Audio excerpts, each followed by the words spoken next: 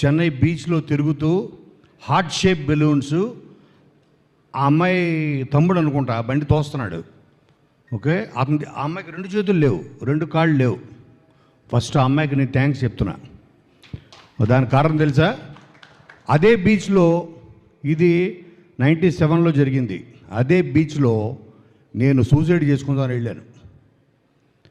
నా చేతి నిండా ఒక 50 ట్యాబ్లెట్లు ఉన్నాయి, 50 నిద్ర మాత్రలు. అవి తీసుకొని నా దగ్గర మిగిలిన చివరి డబ్బుతోటి ఒక వాటర్ బాటిల్ కొనుక్కొని 50 ట్యాబ్లెట్స్ తాగి చచ్చిపోదామని వెళ్ళాను.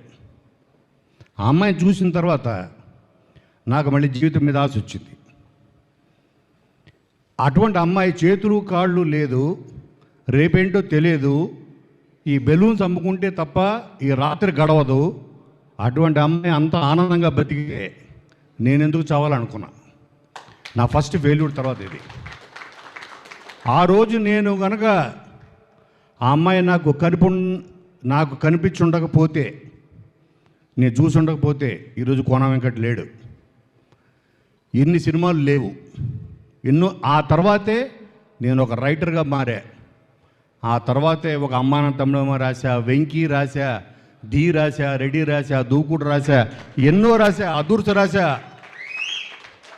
ఇన్ని సినిమాలకు కారణం ఆ అమ్మాయి కోసం. తర్వాత నేను సక్సెస్ అయిన తర్వాత ఆ బీచ్లో ఎదుక్కుంటూ వెళ్ళా.